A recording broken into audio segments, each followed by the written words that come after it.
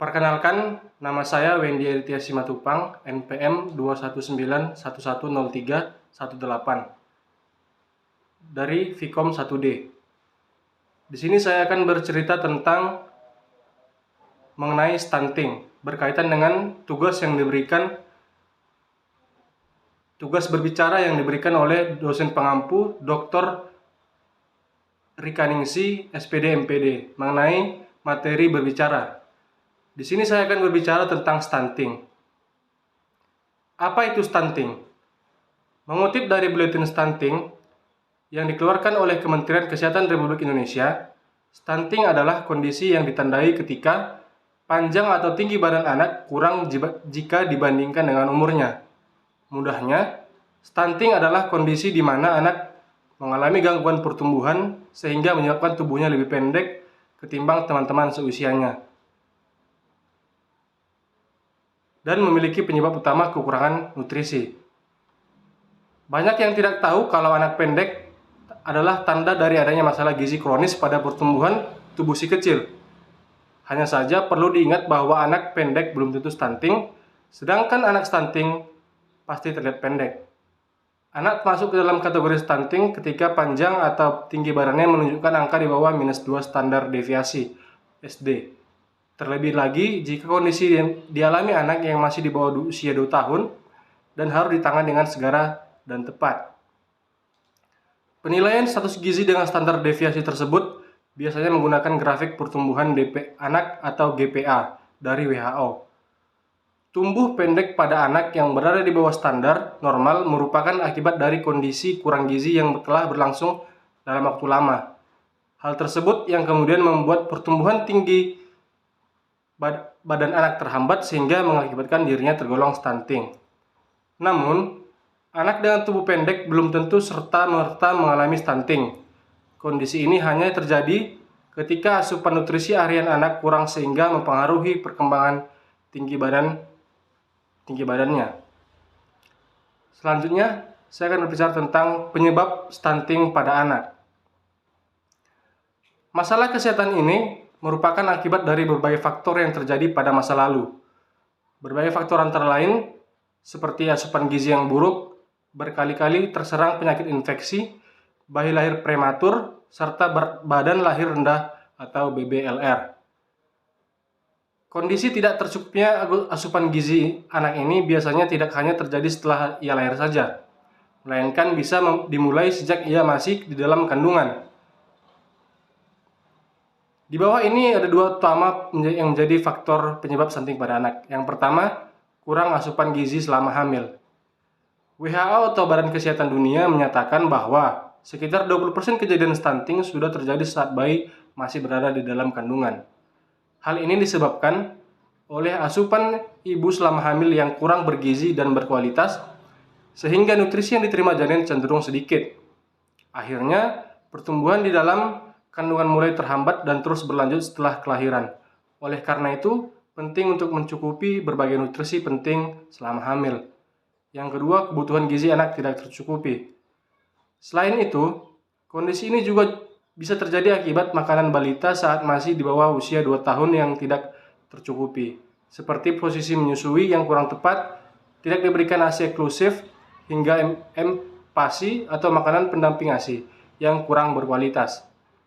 Banyak teori yang menyatakan bahwa kurangnya asupan makanan juga bisa menjadi salah satu faktor utama penyebab stunting, khususnya asupan makanan yang mengandung protein serta mineral zinc atau seng dan zat besi ketika anak masih berusia balita. Melansir dari buku Gizi Anak dan Remaja, kejadian ini umumnya sudah mulai berkembang pada saat anak berusia 3 bulan. Proses perkembangan tersebut lambat laun mulai melambat ketika anak berusia 3 tahun. Selain itu, grafik penilaian tinggi badan berdasarkan umur atau tinggi badan atau umur terus bergerak mengikuti kurva standar tapi dengan posisi berada di bawah. Ada sedikit perbedaan kondisi stunting yang dialami oleh kelompok usia 2-3 tahun dan anak dengan usia lebih dari 3 tahun. Pada anak usia yang berusia di bawah 2-3 tahun, rendahnya pengukuran grafik tinggi badan menurut usia TB atau U bisa menggambarkan proses stunting yang sedang berlangsung.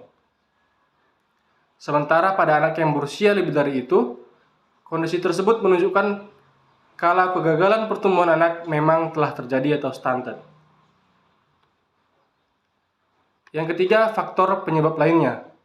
Selain itu, yang sudah disebutkan di atas, ada beberapa faktor lain yang menyebabkan stunting pada anak, yaitu yang pertama, kurangnya pengetahuan ibu mengenai gizi sebelum hamil, saat hamil, dan setelah melahirkan.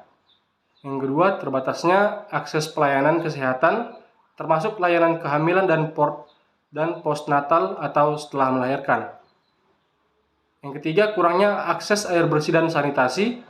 Yang keempat, masih kurangnya akses makanan bergizi karena tergolong mahal. Untuk mencegahnya, ibu hamil perlu menghindari faktor yang berada di atas.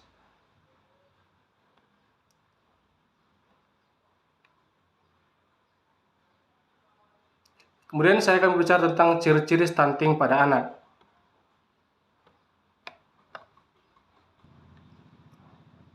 Perlu dipahami bahwa tidak semua anak balita yang berperawakan pendek mengalami stunting.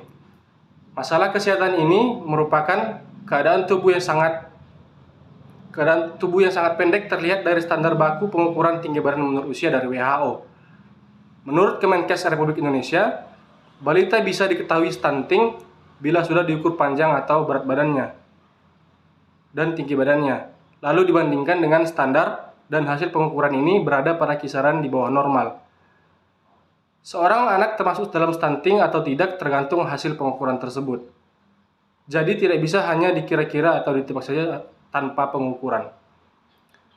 Selain tubuh yang berperawakan pendek dari anak seusianya, ada juga ciri-ciri lainnya yakni pertumbuhan melambat, wajah tampak lebih muda dari anak seusianya, pertumbuhan gigi terlambat, performa buruk pada kemampuan fokus dan memori belajarnya. Usia 8-10 tahun anak menjadi lebih pendiam, tidak banyak melakukan kontak mata terhadap orang di sekitarnya. Berat badan balita tidak naik, bahkan cenderung menurun. Perkembangan tubuh anak terhambat seperti telat menarche atau menstruasi pertama anak perempuan. Yang terakhir, anak mudah terserang berbagai penyakit infeksi. Sementara untuk tahu apakah tinggi anak normal atau tidak, kita harus secara rutin memeriksanya ke pelayanan kesehatan terdekat. Kita bisa membawa si kecil ke dokter, bidan, posyandu atau puskesmas setiap bulannya. Yang kemudian, apa dampak masalah kesehatan ini pada anak? Stunting adalah gagal tumbuh akibat akumulasi ketidakcukupan zat gizi yang berlangsung lama dari kehamilan sampai usia 24 bulan. Maka itu, kondisi ini bisa mempengaruhi pertumbuhan dan perkembangan anak secara keseluruhan. Dampak jangka pendek stunting adalah terganggunya perkembangan otak, kecerdasan, gangguan dan pertumbuhan fisiknya, serta gangguan metabolisme. Dampak jangka panjangnya, stunting yang tidak ditangani secara baik sedini mungkin berdampak menurunkan kemampuan perkembangan kognitif otak anak, kekebalan tubuh lemah sehingga mudah sakit, risiko tinggi munculnya penyakit metabolik seperti kegemukan, penyakit jantung, penyakit pembuluh darah, kesulitan belajar. Bahkan ketika sudah dewasa nanti, anak dengan tumbuh pendek akan memiliki tingkat produktivitas yang rendah dan sulit bersaing dalam dunia kerja. Bagi anak perempuan yang mengalami stunting, ia berisiko untuk mengalami masalah kesehatan dan perkembangan pada keturunannya saat sudah dewasa. Hal tersebut biasanya terjadi pada anak wanita dewasa dengan tinggi badan kurang dari 145 cm karena mengalami stunting sejak kecil. Ibu hamil yang bertumbuh pendek di bawah rata-rata atau maternal stunting akan mengalami perlambatan aliran darah ke janin serta pertumbuhan rahim dan plasenta. Bahkan tidak mungkin kondisi tersebut berdampak pada kondisi bayi yang dilahirkan. Bayi yang lahir dari ibu dengan tinggi badan di bawah rata-rata berisiko mengalami komplikasi medis yang serius, bahkan pertumbuhan yang terhambat. Perkembangan saraf dan kemampuan intelektual bayi tersebut bisa terhambat disertai dengan tinggi badan anak tidak sesuai usia. Selayaknya stunting yang berlangsung sejak kecil, bayi dengan kondisi tersebut juga akan mengalami hal yang sama sampai ia beranjak dewasa. Bagaimana penanganan stunting pada bayi anak? Meski stunting berdampak hingga dewasa, hingga saat ini masih dapat ditangani. Melansir dari Buletin Stunting milik Kemenkes RI, stunting dipengaruhi oleh pola asuh, cakupan dan kualitas pelayanan kesehatan, lingkungan, serta ketahanan pangan.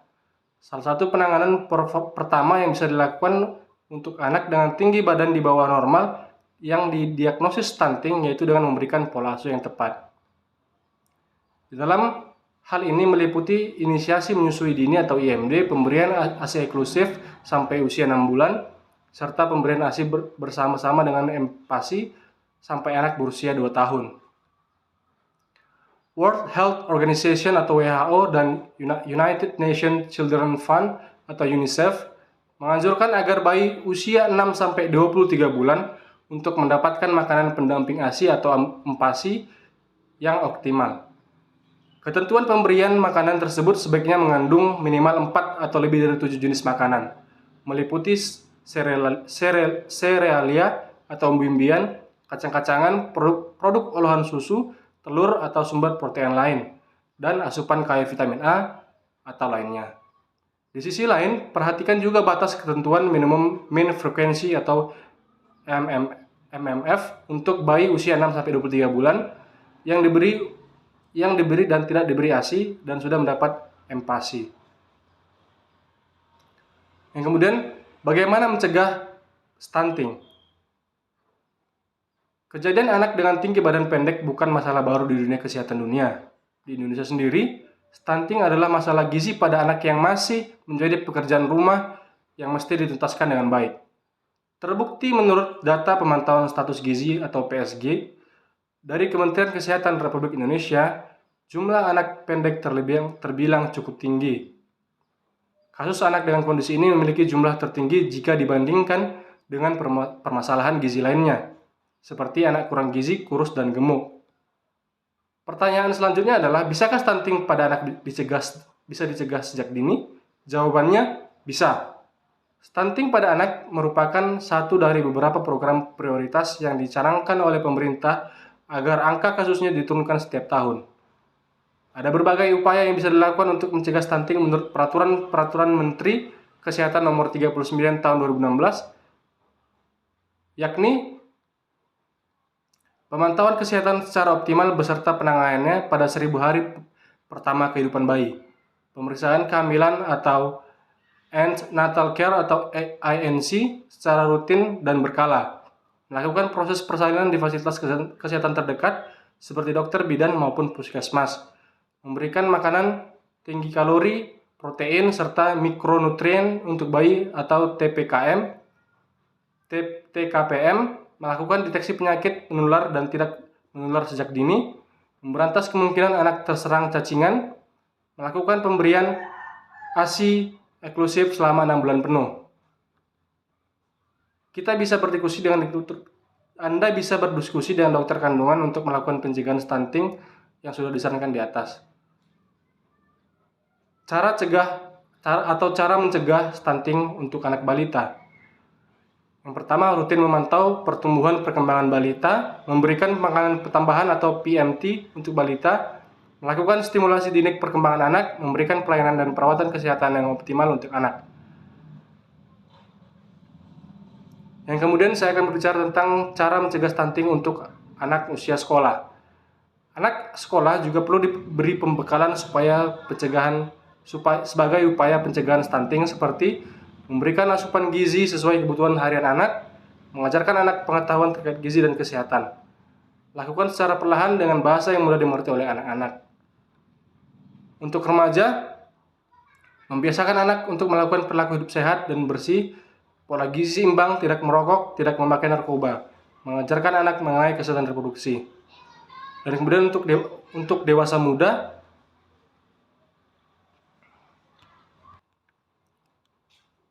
Memahami seputar keluarga berencana, melakukan deteksi dini terkait penyakit menular dan tidak menular, senantiasa menerapkan perilaku hidup bersih sehat, pola gizi seimbang, tidak merokok, dan tidak memakai narkoba. Dan kemudian, apakah pertumbuhan anak stunting bisa kembali normal? Sayangnya, stunting merupakan kondisi gangguan pertumbuhan yang tidak bisa dikembalikan seperti semula. Artinya, ketika seorang anak sudah stunting sejak masih balita, pertumbuhannya akan terus melambat hingga ia dewasa. Saat puber, ia tidak dapat mencapai pertumbuhan maksimal akibat sudah terkena stunting di waktu kecil. Meski Anda telah memberikannya makanan kaya gizi, tetap saja pertumbuhannya tidak dapat maksimal seperti anak normal lainnya. Namun, tetap penting bagi Anda memberikan berbagai makanan yang bergizi agar mencegah kondisi si kecil semakin buruk dan gangguan pertumbuhan yang dialami semakin parah. Oleh karena itu, sebenarnya hal ini dapat dicegah dan cara pemberikan nutrisi yang maksimal saat awal-awal kehidupan, tepatnya selama 1000 hari pertama kehidupan anak. Sekian dari saya berbicara tentang stunting. Sekian, terima kasih.